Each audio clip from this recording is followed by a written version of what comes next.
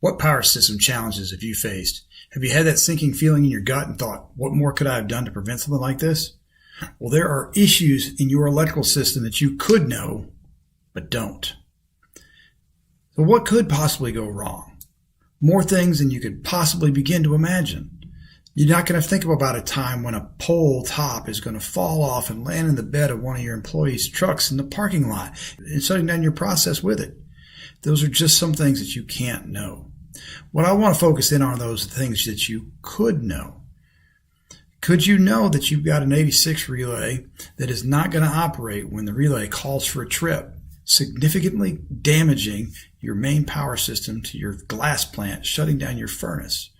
That actually happened to a customer of ours because they didn't understand the need for maintenance. Now, oftentimes, superior performance is the result of bad experiences, but as the wise would remind you, learn from the experiences of others. So let's talk about a few other things that could happen. Nuisance breaker trips. There's three common things that we see a lot.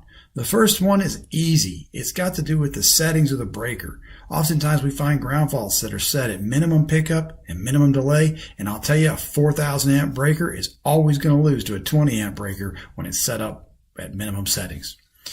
Oftentimes we'll see moisture or water damage that begins to affect and degrade the components inside the trip unit. And sometimes age is a factor. Not always, but sometimes it is. A lot of times though, we're still seeing relatively new breakers beginning to fail, and it shows up like something like a nuisance trip. There's another area about disposable items, and I'm looking for more than fuses, but I haven't come up with any yet. But what other things besides fuses are you going to need to have some on-hand spares? Because if a fuse does its job, it's disposable. You can't reset it. You throw it away. You got to have a new one. But that delay in being able to get a fuse, especially medium voltage fuses, are going to take time. They're not just sitting on the shelf at your local parts place. Now, will it ever happen? Will you ever have a deep freeze condition in Texas that causes your electrical equipment room to be plunged into sub-freezing weather for days on end where the heater's not working and there's a ventilation system open to the outdoors? Well, it happened to a hospital customer and it damaged the transformer. And when that damage occurred, it shut things down and they had to go into an emergency mode in an attempt to recover from these horrible situations that they found themselves in. Negligence.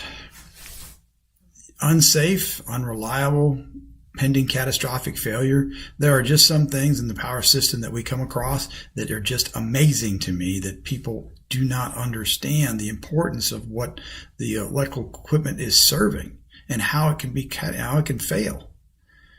What do we got to do? We got to get to the right person and get the right person involved so that we can make improvements and you can make improvements in your system.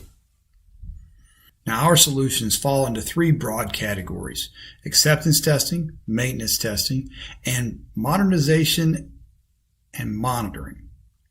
Now, acceptance testing needs to be done with a critical eye to the details. Oftentimes, we're called in to do breaker testing before we have the final settings for the breakers. So if you don't hire a company that's got a system mindset, you could miss that opportunity to get those breakers set properly, leading you back to some of those nuisance trips. Maintenance testing is where most of the problems occur, is through a lack of maintenance. And the maintenance has either not been thorough or it's not been thoughtful. And I use the word thoughtful because I find a lot of cases people are focused, once again, on the components and not necessarily on the system testing. If you don't test the system, you don't find a bad 86 device that's not going to trip your breaker, as an example from previous. And then there's predictive. We're all familiar with ultrasound and IR surveys. And then finally, monitoring and modernization. Can we take advantage of monitoring our rooms for noise, temperature, monitoring our power system for the current and the voltage? All of these things have gotten much, much easier, much less expensive because of technology advances in both metering and the devices that can bring that information into our system. Got to remember, in a crisis, resources are scarce. Time is going to be of the essence, and there could be confusion and delays if you're not prepared. What's your recovery plan? Do you have places in your system like the hospital that lost its transformer where there was no redundancy? Do you have generators that you can call in? Alternate sources of power that you can utilize? Once again, what plans and procedures are in place?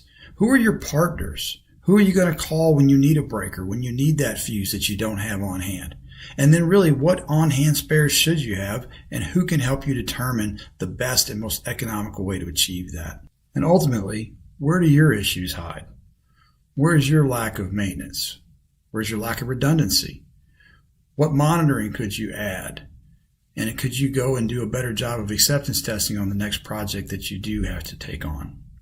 I hope you enjoyed this, and if there's anything else I can do to help you out, please post your questions to LinkedIn, and we'll be sure to contact you and work together to develop a plan to keep you from being put in the dark.